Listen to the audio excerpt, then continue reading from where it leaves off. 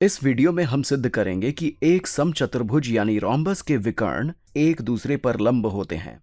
समचतुर्भुज एक ऐसा समांतर चतुर्भुज मतलब पैरेललोग्राम होता है जिसकी चारों भुजाएं बराबर होती हैं। दरअसल अगर किसी चतुर्भुज की चारों भुजाएं बराबर हैं तो वो एक समांतर चतुर्भुज ही होता है। आपको स्पष्ट कर दूं कि कुछ समचतुर्भुज वर्ग होते हैं, लेकिन सभी समचतुर्भुज वर्ग नहीं होते, क्योंकि हमारे पास इस तरह का समचतुर्भुज भी हो सकता है जिसके कोण 90 डिग्री के नहीं हैं, लेकिन सभी वर्ग यानी स्क्वायर्स समचतुर्भुज होते हैं। इसलिए नहीं क्योंकि इनके सभी कोण 90 डिग्री के होते हैं, बल्कि इसलिए क्योंकि इनकी सभी भुजाएं बराबर होती हैं। मतलब सभी वर्ग समचतुर्भुज होते हैं, लेकिन सभी समचतुर्भुज वर्ग नहीं होते। चलिए अब समचतुर्भुज के विकर्णों के बारे में बात करते हैं। इसके लिए मैं इस समचतुर्भुज को थोड़ा घुमाकर बनाऊंगा जिससे वो हीरे के आकार का दिखेगा। ध्यान दीजिए, मैं यहां समचतुर्भुज के किसी गुणधर्म को नहीं बदल रहा हूं, मैं सिर्फ इसके ओरिएंटेशन में थोड़ा परिवर्तन कर रहा हूं। तो समचतुर्भुज की परिभाषा के अनुसार ये चारों भुजाएं बराबर होंगी। चलिए अब इसके एक विकर्ण को बनाते हैं। तो इसका एक विकर्ण ठीक क्षैतिज दिशा में इस प्रकार होगा। अब इस ऊपर के त्रिभुज और इस नीचे के त्रिभुज में ये भुजा उभयनिष्ठ है, तो जाहिर है कि दोनों त्रिभुजों के इस भुजा की लंबाई बराबर है और इन दोनों त्रिभुजों की बाकी भुजाएं भी बराबर होंगी, क्योंकि ये समचतुर्भुज की भुजाएं हैं। तो इस ऊपर के त्रिभुज और नीचे के त्रिभुज की सभी भुजाएं बराबर हैं, मतलब ये दोनों सर्वांग समत्रिभुज कॉन्ग्रुएंट ट्रायंगल्स हैं। एस सर्वांग समता नियम से हम जानते हैं कि अगर एक त्रिभुज की तीनों भुजाएं किसी दूसरे त्रिभुज की तीनों भुजाओं के बराबर हों तो वे दोनों त्रिभुज सर्वांग सम होते हैं।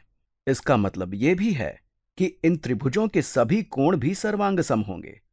तो इस उभयनिष्ठ भुजा का ये सम्मुख कोण इस दूसरे त्रिभुज के संगत कोण के सर्वांग सम होगा।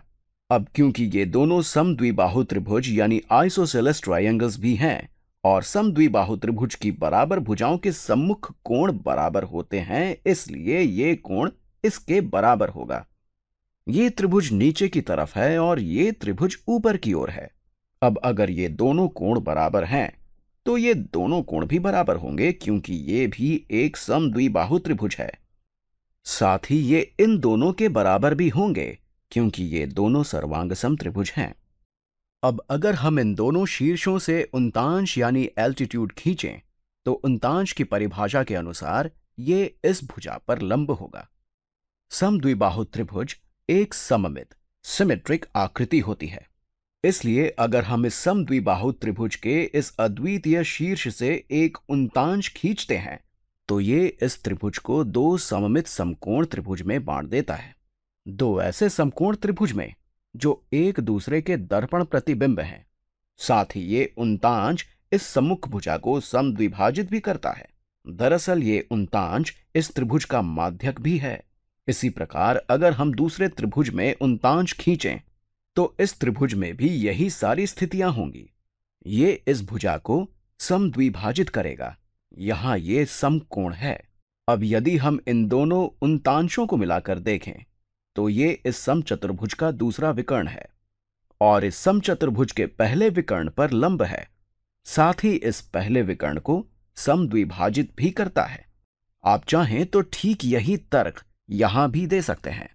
यहां ये एक समद्विबाहु त्रिभुज है और ये इसका उन्तांश है, जो इसे दो सममित समकोण त्रिभुज की आकृतियों में विभक्त करता है और इस सम्मुख भुजा को समद्विभाजित करता है, इसलिए ये इसका माध्यक भी होगा।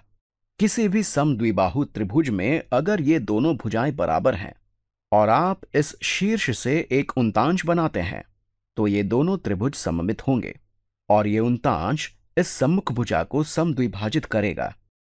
तो समांतर के आधार पर हम कह सकते हैं कि ये दोनों भुजाएं बराबर होंगी।